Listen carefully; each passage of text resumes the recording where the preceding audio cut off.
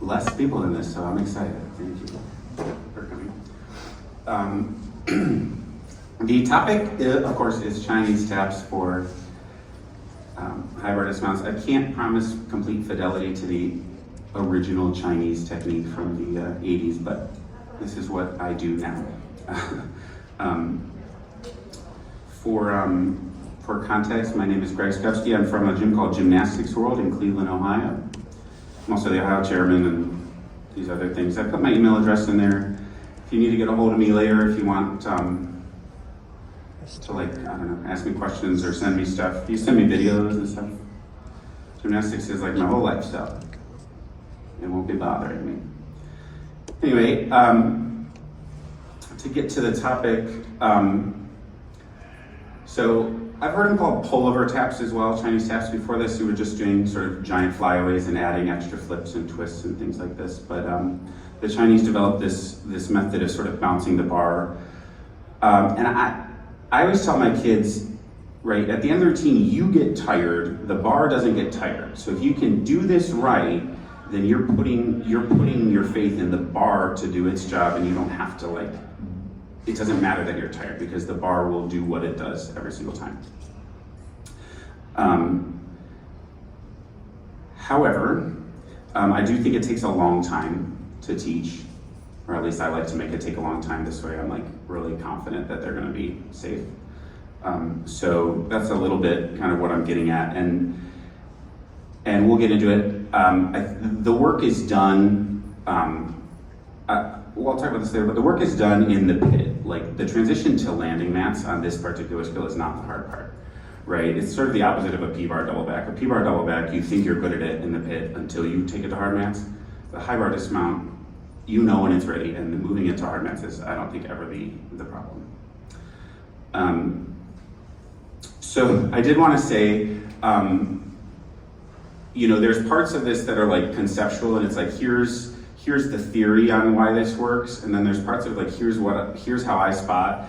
A lot of so our pit is really short, and so if I just send them up there to try a dismount, and they go long, they're gonna hit our floor. So I do a lot of spotting, and so my technique came around because of that, but I like it.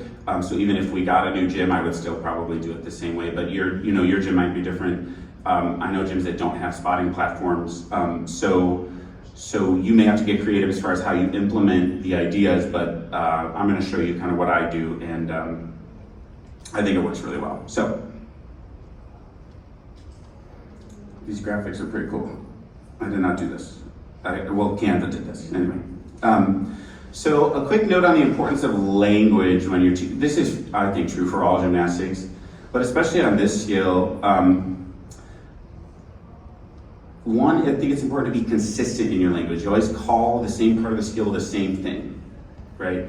Like on high bar, I'll have kids that say oh, did I do my half turn? And they're talking about a pirouette. And I know for a fact I've never called that a half turn because there's a different thing called a half turn. And so I think it helps build consistency, but also for this in particular, I think there's an opportunity to indicate action words instead of shapes. We'll talk about that. But so saying pike doesn't have an implied action. So that's kind of the first thing I'm gonna talk about, So instead of, on the Chinese tab, instead of saying pike, arch, candlestick, or whatever your choice of words would be, I always say snap, bounce, throw, right? Those are all three verbs, right? And so it's a constant reminder that this isn't just a pike, you have to snap to the pike. This isn't just an arch, you have to bounce the bar when you arch. This isn't just a candlestick, you have to throw the bar when you candlestick. So I'm using verbs instead of shape words, always. With the exception of when they're in strap bar learning the last shape, you can't throw the strap bar. So I say candlestick there, but when we move to the real bar, it's snap, bounce, throw. And if in your head it makes sense to use different words, but I think verbs work much better here than nouns. So I struggled to figure out the entry point for talking about this topic, but I think I'm just gonna try to tell you how I see it, and then tell you how I start the kids learning it. So as implied earlier, it's all about bouncing the bar. So this initial shape, the pike shape, is all about putting your body in position to do the bounce. And the bounce is all about putting you in a position to throw the bar, right? So it all kind of works backwards from the release. And the thing that I think takes the kids the longest to learn is that it really has nothing to do with the giant flyway, right? We spend a lot of time actually trying to like break them of the idea of a flyway. Because on a flyway, right, you're swinging up and you're keeping pressure against the bar and you're keeping your shoulders open. When we're doing this, we're doing the opposite. We're closing our shoulders, we're keeping our chest down, we're letting go actually much earlier, hopefully, than you would on a giant flyway. And so the idea that it's not a flyaway, I think is what takes the longest to learn here. So that's kind of how I see it. And then the first thing I usually do when it's time to learn this skill is I do these drawings. I'll find a dry erase board or chalkboard. This is a chalkboard drawing, obviously. And I draw the three shapes that we're trying to hit. And just to so that they have an understanding of what we're going for, right? So on this initial snap to pike, we want feet pointing down at the ground, not at the back wall, down at the ground. And on the bounce, the arch bounce, I'll usually draw arrows, and I say, for this part, I say that the feet, so we're trying to bounce the bar back and down, because we want it to throw us up and forward, right? So we're loading the bar back and down. I always say your feet are responsible for back, and your chest is responsible for down. So when you come out of your pike, you push your feet back and your chest down, and that's gonna give you both bends on the bar, so that on the front, you're getting up and away.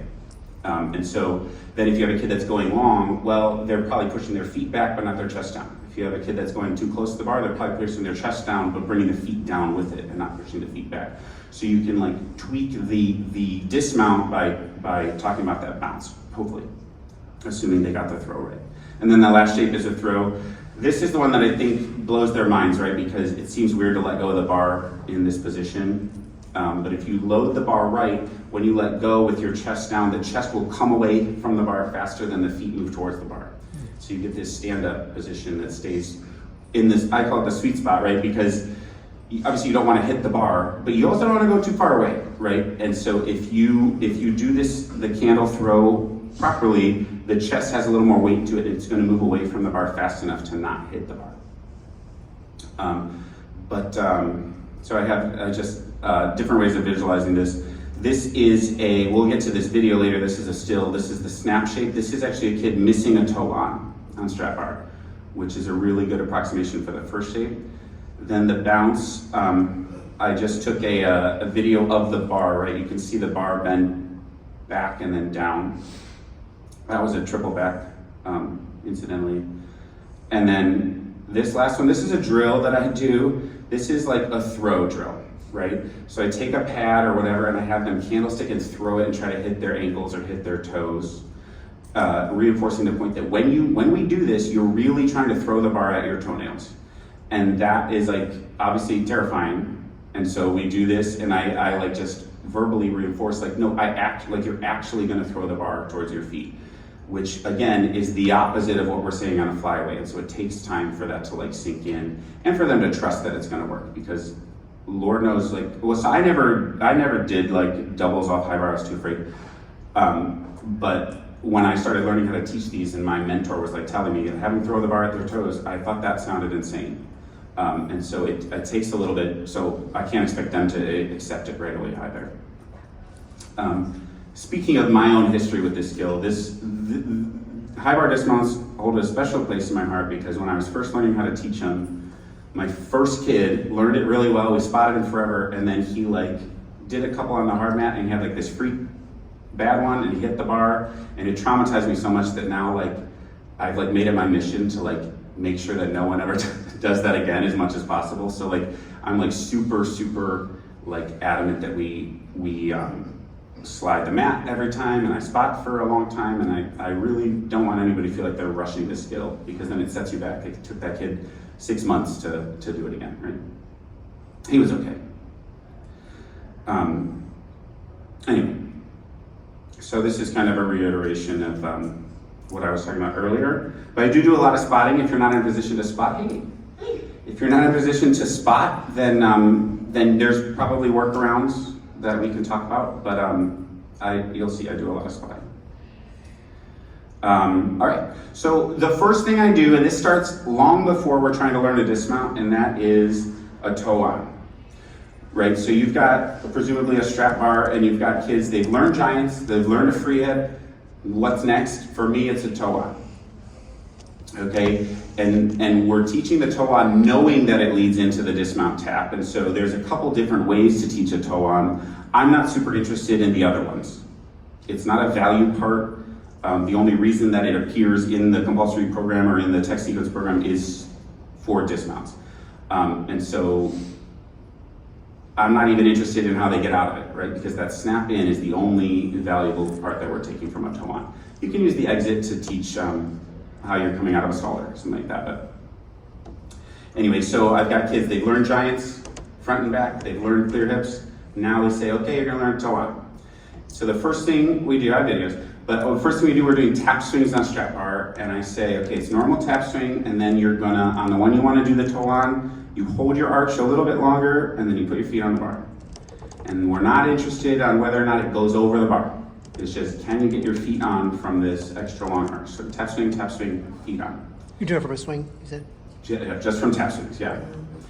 So the only real coaching point is to hold that arch a little longer than you would, and then you have to, a lot of times, some kids get it right away, and then some kids do a kick. They bring the feet up near the bar, and they start swinging back, and they think, now is the time to put my feet on, but it's too late. The feet have to come on right away, or you kind of missed your window. So you'll get that, and so sometimes I'll get down there and just kind of like spot them so it goes in slow motion, and once they get their feet on one time, then it like clicks usually, and then you're okay. So I'll show you just the tap swing version. This is Holden here, he's doing little swings, and he'll, hopefully we can see him hold his arch a little bit longer, maybe not longer, but more aggressive on the arch. We'll go one more time on that. So he's just doing tap swings, and he's just trying to get his feet on. Going over is irrelevant at this point. All the videos in this are, yes sir? So for the toe ons, you definitely have them have the fold down pike, right? Like just having a pike sitting down. Oh, for sure. Yeah. Yeah, so like that's the other thing. In the tech sequence, you're allowed to like straddle on the toe on, but that doesn't quite get us where we need to be, because if you're not able to do a full pike stretch, then when you hit this shape, you're gonna bend your legs. And your legs are gonna wanna bend on the arch too, so like we might as well save the tenths where we can. No, absolutely. The kids that don't have pikes, I still have them do this, they just bend their legs, and it's a little, honestly, it's a little bit harder to get the feet in. Once they figure it out, it's not, because I was telling them, like, you're holding the bar in your hands. Like, if I gave you a broomstick and said, close your eyes, you could get it under your feet. It's not hard, it's just, you're a little bit lost because you're moving. What I was gonna say is all the kids in the videos are actively learning dismounts right now. I try to be faithful to the project when I do videos. I hate when it's like, perfect. Yeah. I hate when it's like Simone showing a Yurchenko drill for 5-year-olds or whatever, but anyway. So that's Holden. So now we just add a little more swing and it goes over on its own. The only coaching point is swing bigger. So it's the exact same skill, but if you do it big enough, it'll go over the top. And now we're in business. That's it. The thing that, when I'm talking about there's other versions of the toe on, the thing that can't happen here is you can't pass through a handstand shape. If the body comes all the way to handstand and then we start moving towards the bar, it's ruined. This has to come from the front and snap through handstand. I always tell them that it's like a common correction on this part of the skill is you're hitting, like you're moving through handstand. We don't want to see a handstand here, we want to see you snap from the front to the back. And so that's this kid that's in this video, he gets a little close to handstand sometimes. The other one does it a little bit lower, a little bit earlier. Real quick. Yes. All of this is different technique from a giant flyaway. Yes. Giant layout flyaway, none of this is involved in that. I'm not going to advise, hey Joe, I'm not going to advise you to do this, but I don't even really like spend a lot of time teaching giant flyaways, because the better they get at it, the harder it is to unlearn it. So like we do what I would call functional giant flyaways. They get to the end of the routine, they let go, they land on their feet, but like they're not good. And I know there's some gyms that like want you to have a double flyaway before you learn this. Thank you, George.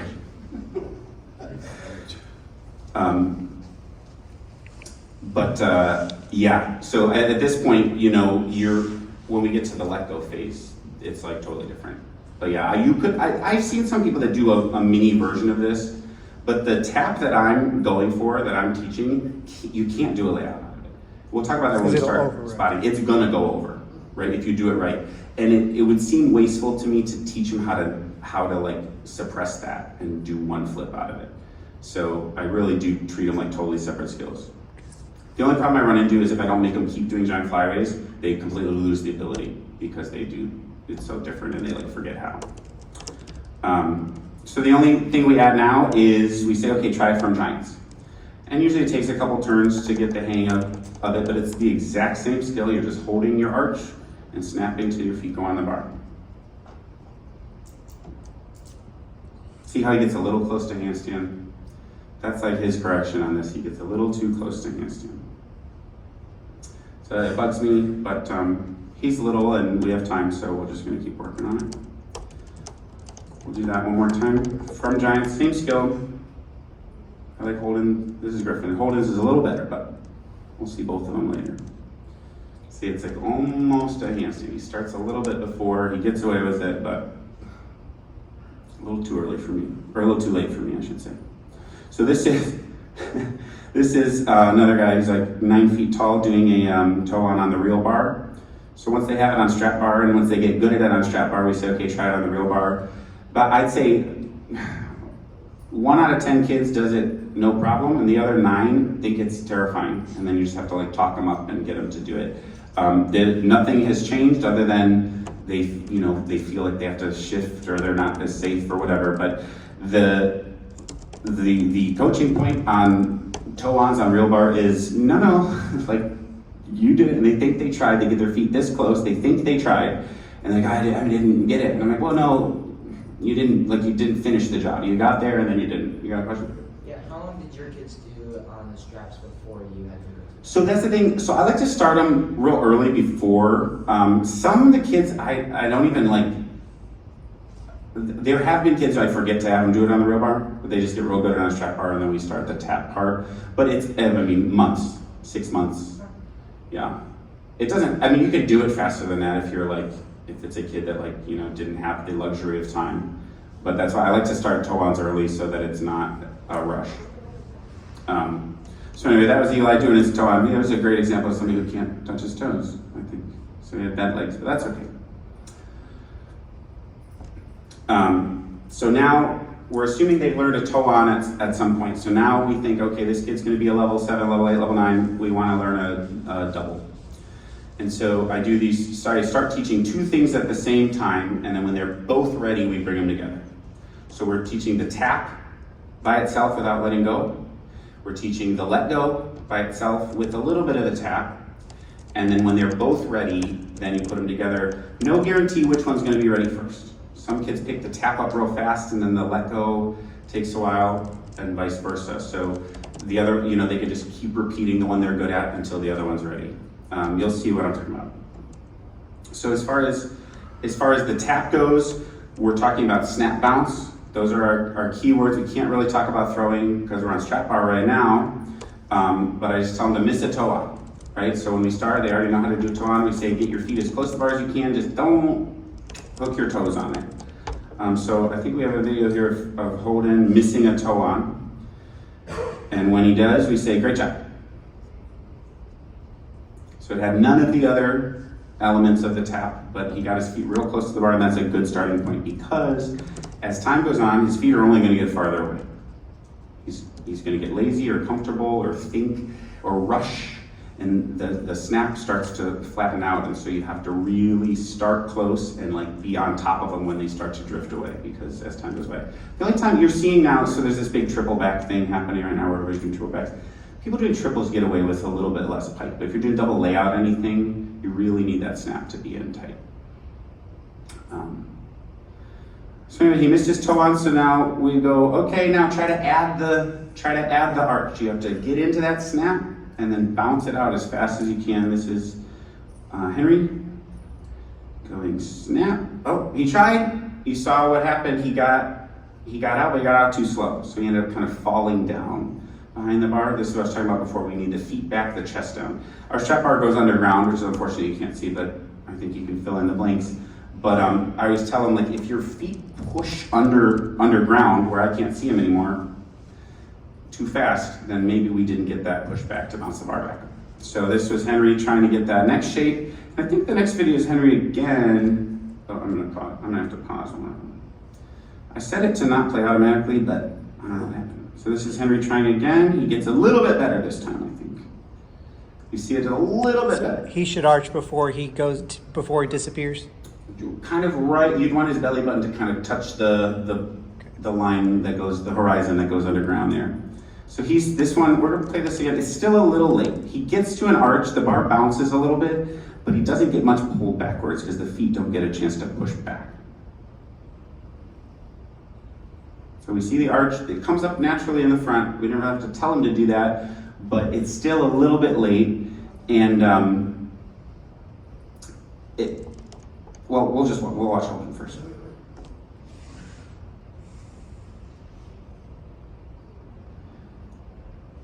Boom, boom. So we see that moment where he hits his arch, the feet are pushing backward, the chest is pushing down, and we get this really nice, I wasn't too late.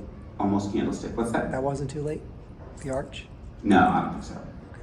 Just trying to figure out what the level is there. Yeah, you don't want, so on a Takacha, you want to be high. On the dismount, I don't like when the feet break the bar line. They should stay just under the bar line on that arch bounce.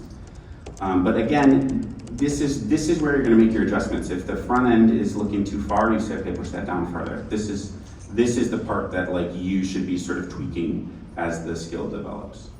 I always tell them on this part, you're snapping in really aggressively, and so your push out to the bounce has to be as aggressive, right? If they don't match, then the snap in overpowers the push and it falls, right? And the only alternative to that is to snap less aggressively, which we're not really interested in. So you have to be aggressive in, aggressive out. They have to match, right? If your snap in's at a 10, your bounce out has to be at a 10. So now, when we try to move to the real bar, we end up with the same problem, where kids sometimes just think it's like so scary to do on the real bar. So this is, this one comes first. You can see him not quite get his snap all the way in, I think, right? So he ends up, his feet are pointing at the back wall. And we say, oh, we want your feet pointing at the ground. If, vertical would be great. This is acceptable. This is a Takachev. And so he, we're working on it. He's trying. That's Lincoln. We haven't seen him before, but so he, again, this is just like the Toan. They can have it beautiful on strap bar, and then when you get to the real bar, and they just get a little scared. It just takes time. So he's got a pretty good sense for how to bounce the bar. It's just too early. And so if we let that go, if we don't correct it now, he's going to be stuck with it, and he'll have a long dismount. So he'll have a tuck half, not a lay half, right? And then this is Holden. Holden picked this up really naturally. I'm not sure. I'm not complaining, but he just kind of gets the bounce of the bar. Still a little high, but a little bit lower than Lincoln's, right? Go one more time on that. So this is, again, these kids are all learning this right now, so they're trying. But you can see that we saw him on strap bar. It doesn't quite look as good, but still gets the right idea. Okay, so now we're just living here. This is one half, right? This is the tap half. We're tweaking it until we like it. We want them bouncing where we think is the right place. Obviously, you may have to make adjustments to that later, depending on what you're doing. And we want them to start to break their shoulder angle as they come up to the candlestick. That one's tricky because if they break it as much as they're going to when they release the bar, they have this problem where they sort of like fall back towards the bar. So sometimes I'll sit there and kind of just push their legs away when they do that. You can see this is where I spot from. It's like the perfect height. I love it. So a lot of my spotting is based on this exact setup, but yeah, you can't quite talk about the throw too much until we're letting go of the bar. So now that's the other half, right? So we're doing both these things at the same time. So maybe Monday we're doing taps, Tuesday we're doing this. So this is, we can't do it from no tap, but we do it, you'll see, we do it from a modified tap, and now we're talking about throwing. Now we're trying to break the flyaway. Now I tell them we basically swinging, we pike in the back, and once you hit the pike, you're not swinging anymore. You're doing shapes, you're bouncing through shapes, but you're not swinging forward. And once they get that, then things start to take off. But until then, it's just a flyaway. So you'll see, I put 2 videos here. This is both the same kid, both the same day. So he's doing, did I just go from an underswing? I like it better. So he goes pike, arch bounce. This is brand new for him when he was doing this. I think this is his first day. And you can see pretty good, right? He's got the idea, maybe the pike, everything could be bigger, but he's also coming from tap swings. I like to do it from underswing. You can do it from tap swings. I like underswings. I just think it gives you this one big backswing rather than trying to build up to it. Boom, boom, boom. Got the right idea. I think all of his shapes match. They're not super aggressive, but they match. His pike matches, his arc matches his candle. So then I included this video because now I said, okay, we're just gonna, when we get to the front, we're gonna throw the bar at our toes and try to do a layout. And you'll see, we just get a flyaway. So he had a pretty good idea of how to bounce the bar, and when we say we're gonna let go, you'll see it. He goes pike, fly away. So there's nothing there that we like for a dismount tap, which is fine. That's pretty normal. They're gonna do this when they do it out of giants too. The first one's always like, no. But, so we just live here. We keep going. We do more without letting go, and then when we try to let go again, and we do that thing I showed at the beginning where you're throwing the mat at your toes to just reinforce. Sometimes I think people over drill, but sometimes drills you just have to like reinforce an idea one way or another. So we're throwing the bar, and then I'm spotting. I have a slide later. I'm showing you how I'm spotting because again, I'm traumatized, so I don't want them hitting the bar at any point in this process because then they're going to be afraid. So I'm spotting all this to make sure that they don't hit the bar. Because realistically, if you're not spotting, they're going to go far because they're going to take on the responsibility of trying not to hit the bar. Right? So I have to make them trust me that I'm not going to let them hit the bar so that they can focus on what we really need to do. That's why I'm spotting so much. Okay, here's what I was showing. So I'm holding the wrist with one hand, and I'm pushing on the chest with the other hand. You'll see it in action in a little bit. I'm literally, when we get into it, I'm pushing down on the chest to try to get them more upside down, to feel that the chest actually moves down and away from the bar when they're letting go. And that's, again, very different from a flyaway. You would never spot a flyaway like this. And so this is why we just like do it over and over again until they get the feeling of it. And my hand on the wrist does 2 things. One, if they let go early, it allows me to like save it a little bit. And then when they get really good at it, I actually stop pushing on the chest and I push the arm, and it like finishes the candlestick shape, and it like stands them up for the double layout. Head position? It's a little out. Well, what is it? So, I mean, ideally they can see their toes come up, because when the head goes out, they're gonna think they're way more upside down than they are. That's in general, like the head position doesn't matter except that it makes them get lost, right? You could do the skill with your head out. I'm not a big like head position guy, except when their head goes out, their head is upside down, and so they assume their body's upside down. So that's the only reason. So I tell them to try to like watch their toes come up. You almost never get it that dramatic, but it's better than, I don't think I have any videos here, but the Henry, who we watched do like on strap bar, he had a big problem with that, on flyaways as well. So we worked on it on flyaways, and hopefully it'll carry over here. So that's where I'm spotting. And now this is, so this is that same situation, right? So he's going pike, arch, not super aggressive, and we're learning how to throw. You can see this doesn't really look like a flyaway anymore, but maybe a little bit. So I got that spot. Now, that's the exact same thing we said. At some point, I think it's the next slide, you're gonna see them start to do doubles.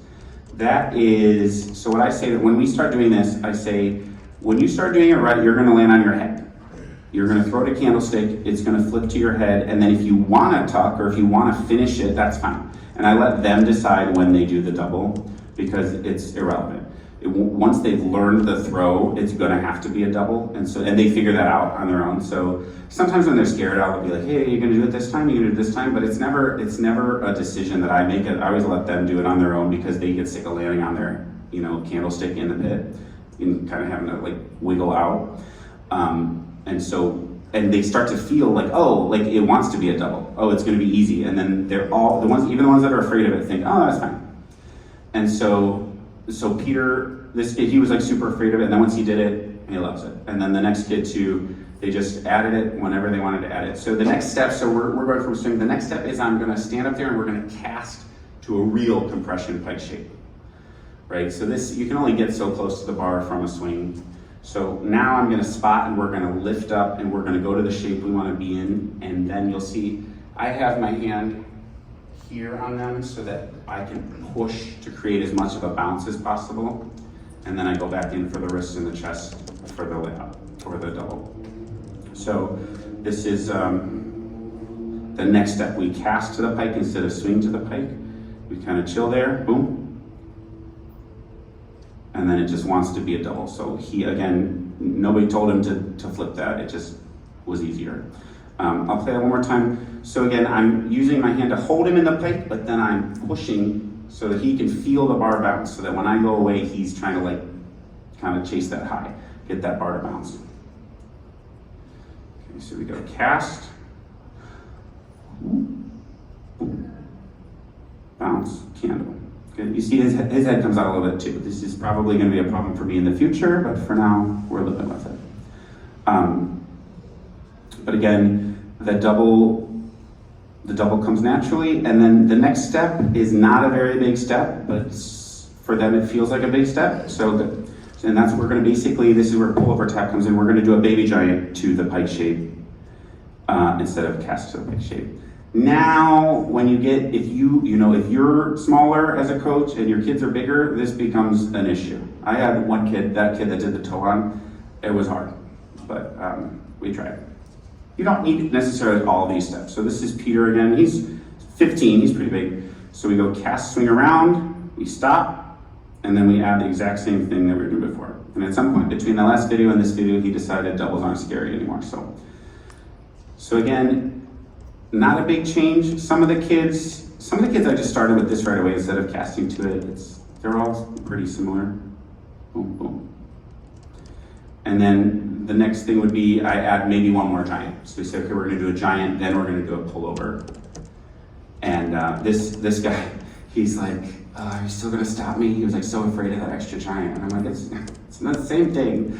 And so like once we did it once, he was like not afraid anymore. So I'll show you that too. It's just one more giant than what we already did.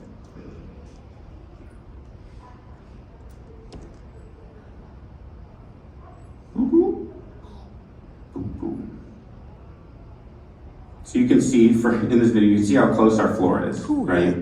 How so do you know the distance? I think it's like from the bar, it's like 12 feet. Okay, that's yeah. When we have had people we've had girls peel off that bar and like land on the floor. So this is kind of what initially motivated me to have to spot, because I've been to gyms where they have 27-foot pits and they just say, okay, try, and they go 27, 26 feet, and then you're spending the rest of your life trying to get them to come back towards the bar. And so I don't really mind the way that I'm forced to do it because I don't have that issue. I'm not trying to get them back in. We're just trying to live in these two places. Right, so we're doing the tap on its own, we're doing this on its own, and then once I'm happy with both of them, then we're gonna put them together. And honestly, if you have time, some of these kids are little, we can, if season comes and it's not ready, we'll shelf it a little bit, work it one day a week, we'll come back to it next summer and it'll be better then. So the idea is to never rush this because a good dismount takes you all the way over the finish line on high bar, right? You kind of never have to touch it again. If you get a kid, so this will come up later, but in a perfect world, you're not even ever teaching a double tuck, you're teaching a double layout, right? The kids that I had the most time with that were super talented and I knew that they were gonna learn it quickly, we never even tucked, right? Maybe there's a kid who we're running out of time, the meat's coming, you can tuck it, you'll survive, whatever. But so, you know, once you have a double layout, the twisting is not the hard part, as long as you're good at trampoline. So once we've done that, and we're happy with both halves of it, then we think about putting it together.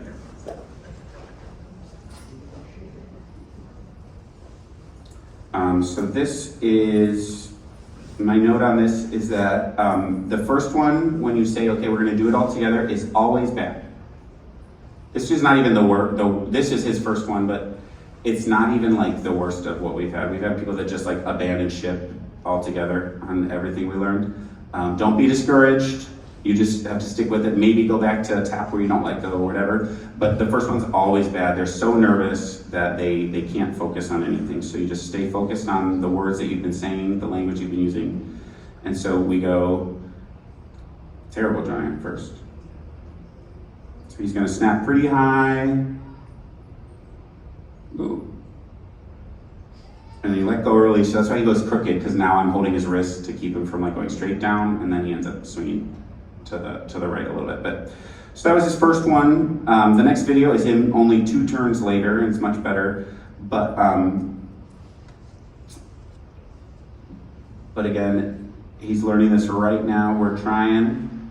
He's got a pretty good feel for the rhythm. So that was his first try. This is his third try.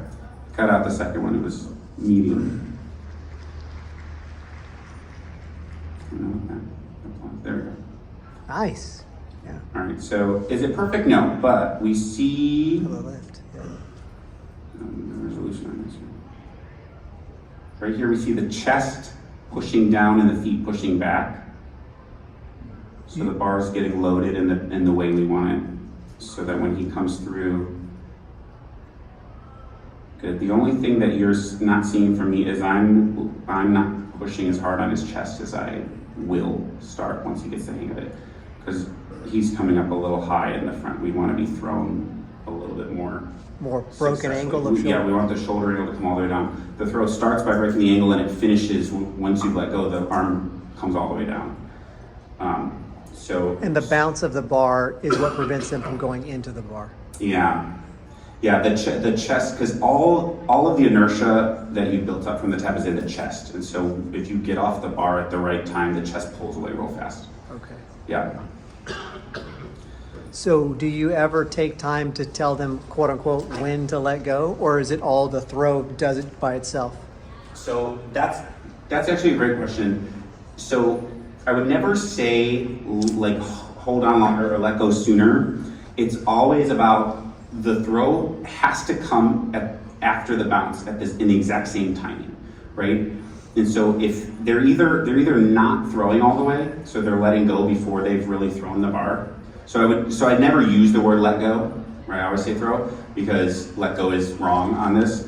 But assuming that they are throwing the bar, any change you're making has to be made to the bounce, because you can't really mess with the timing. The bounce has to come, you have to come out of the bounce into the throw, because we're taking advantage of the body's like recoil from hitting that full arch, and it's gonna come here. So if you're not happy with where that's happening, you probably have to move the bounce, assuming that they're throwing the bar. So there's only 2 things there. Either they're not getting a full throw. What's that? If they're getting into the arch too early, it's going to finish here. Right. If they're getting in too late, it's going to finish Right. higher. And the higher bounce might be from not enough snap, whatever. So you kind of always have to go backwards in the skill, because you don't want to be coaching the release when this is the problem, because then you end up with sort of like a Frankenstein together dismount that doesn't upgrade very well. So yeah, once they're throwing, once you're getting a full throw, then you've gotta be manipulating the other shapes. What do I have here? So this is my slide about, so this is Griffin. He still has to be a level 6 again next year. The other ones are gonna be optionals. So he is not gonna learn a double tuck. He's just gonna double it out. And I'll tell you a funny story about it actually. So he heard me say one time that if you're really good, you never tuck. And it was years ago. And he apparently remembered that, because when everyone else started doing them, he just refused to tuck. I never like told him to. It's like how he is. So again, this is the kid that gets a little too close to handstand on his toe on. But on here, I think it gets a little bit better. So, and you see me push a little harder on the chest because I know it's gonna be a double layout. When he was doing, before we went from giants, when he was doing from the swing, he was still only doing layouts, and they were landing like on his face, and you could see him like trying to like do stuff on the bar to make it better. And I said, we're not trying to land it. We're going from tap swings. Just keep doing what you're doing. When you add the giants, it'll be fine. Because like, you know, this is how his brain works. He was like trying to be more aggressive or do different shapes or add things to his tap swing to make it like land. I'm like, I don't need to land. It's a drill. We're learning. Once we add the giant, you're going to be fine. And obviously, he's doing okay with it now. And we're going to take our time and make sure we learn it nice and slow. But so, like I said, I'm not going to like keep showing videos about like what comes next as far as like moving it to hard mats, because when it's right in the pit, it's right. And you say, oh, we're going to throw a mat in or whatever, but I wouldn't be rushing that. I wouldn't say, oh, we have to do it with the mat in if it's not. I mean, I've had kids, level 10s, jump off the bar because their dismount wasn't ready yet. You know, it's February, they do their whole routine and they jump off because it's just not ready yet. And I think that's a better alternative than like kind of sending it out there, you know, half-baked. If the goal is this like long-term investment. So anyway, I do have a couple other things though. So this is just a note. I spot a lot. Like my 18-year-old level 10s still don't flinch if I get up and like spot them on double layouts or like, even though they're like twisting like a half or whatever, I still do the exact same spot that you're seeing there on these fully grown kids. It just like reinforces shapes. It reinforces how they learned it. I think I thought about this the other day. I think if I went to any other gym and tried spotting like a 18-year-old level 10 on a dismount, they'd like think that was they would not like it. The kids wouldn't. But they're just conditioned this way, and I spot a long time, and then once I stop spotting, I slide a mat a long time. I just have no interest in. I've seen coaches at camps that like don't seem to think hitting the bar is possible, so they like tell people to try stuff all the time. But like I said, I'm a little traumatized, and so I really try to avoid it, and we've been pretty successful. But yeah, if you rush and then you hit the bar, you're talking about months or years that they're going to be afraid of it, or forever. We had a kid when I first worked at the gym I work at. I had a kid who was learning it. He did such a bad one that he like bounced off the bar and landed behind it, and he just never did one again. He just jumped off the bar for the rest of his career. He ended up a pommel horse specialist at Ohio State, but they weren't looking at him for high bar. So I was digging through videos and I found, here, before I get to videos. This is just the things that I would add, and in no particular order, right? So maybe I'm spotting and it's going well and I throw a mat in just to get them mentally over that hurdle. So now I'm spotting and they're landing on a mat and they thought it was gonna be hard and they realize it's easy, and so now it's not an issue. So it doesn't mean we go on a mat every time now, it's just we jump that hurdle mentally and they're not afraid of it anymore, so the next time we put a mat in, they'll be fine. Me sliding a mat instead of spotting, again, that's a big one for some of them, they're so afraid. But again, I wouldn't do it until they've done it so many times that you know what it's gonna look like. And usually the first time I do that, I tell them I'm gonna slide the mat and then I actually spot them just to see if they can like mentally handle the idea that they're gonna have to do it alone. The other thing you do is add skills before it, right? So we say, okay, we're gonna front giant pirouette and do this, maybe still with spot, just because we're trying to like get it more into like a routine context. So I do have like one more video, but this is where I leave you. Like I said, the hard part is done, right? You're learning it in the pit, you're living in the pit as long as it takes. If it's good in the pit, it will be good on the mats, period. And so there's no more instruction to give if you take your time and teach it right.